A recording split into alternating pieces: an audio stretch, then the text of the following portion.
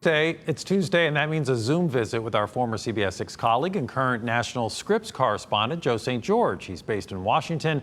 He joins us now with a look at some of the issues facing Virginia voters. Joe, welcome for a second time. Good to see you again. Hey, it's good to be with you, Bill. Anytime I get a chance to talk with the great Bill Fitzgerald is a humbling honor. Well, I should perhaps let you go on at length then. Is there more? That's it. That's all the teleprompter says.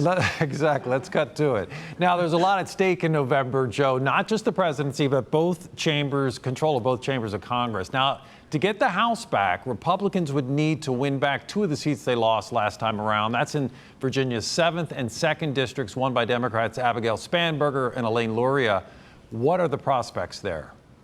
Well, you're right, and I think it potentially is. They're the most fascinating races in the entire Commonwealth of Virginia this election season. To some degree, 2020 is a bit of a humbling election for Virginia politicos, the Dr. Bobs of the world, because it's not quite the swing state that it was 4 years ago. You don't have Senator Tim Kaine running to be vice president. When I was working at WTVR in 2012, Virginia was certainly a swing state. But that doesn't mean the Commonwealth of Virginia doesn't have fascinating races. My goodness, the 7th congressional district in Virginia, that's a district that predecessors include Dave Bratt and Eric Cantor. It could very well flip, and there will be money spent in those races in an attempt to change that. Republicans think there's an outside chance they can retake the House. They obviously would need to win these races in suburban Richmond and suburban Norfolk if they're going to do that.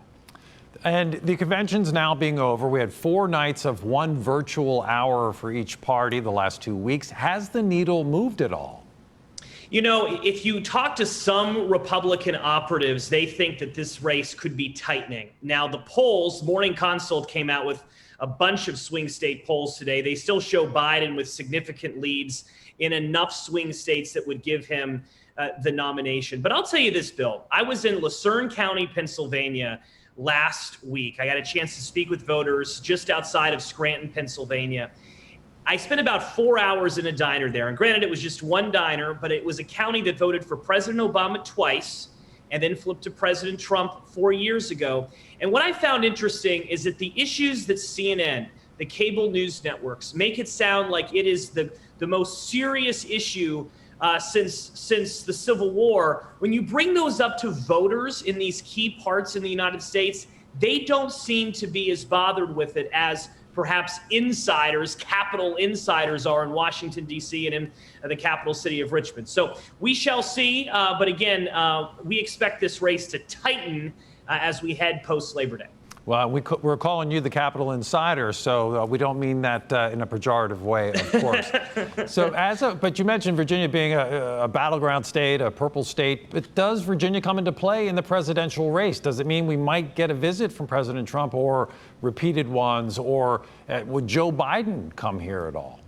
I don't think Virginia is going to get the attention that it received in previous elections. But that being said, if for some reason suburban, rural Virginia, those polls really start changing, then you might see the President Trump's campaign say, boy, we're in Washington, D.C. The president lives in the White House. Why don't we fly down to Richmond and do a rally in Chesterfield or in an area where they think they need some votes? I don't think it's outside the realm of possibility. But again, it's just a humbling election for Virginia this year, not quite the swing state that it was in previous elections. And lastly, Joe, mail-in voting. Virginia Attorney General Mark Herring is asking Virginians to tell him their stories of post office woes, whether their bills are late, their medications might be coming late, whether their business is in trouble because of the Trump administration changes or that the postmaster has imposed.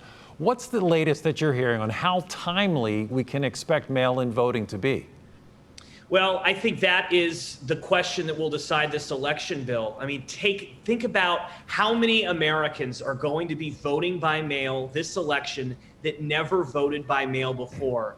I had a phone call just down 95 from Richmond in the North Corridor of North Carolina, Halifax County, North Carolina, and talked with their elections director today. They said 4 years ago, they had 200 requests for absentee ballots. They've had 2,000 requests for absentee ballots in Halifax, North Carolina, and it's only September 1st. So how the post office processes these ballots, how Americans, do they put the right postage on those ballots?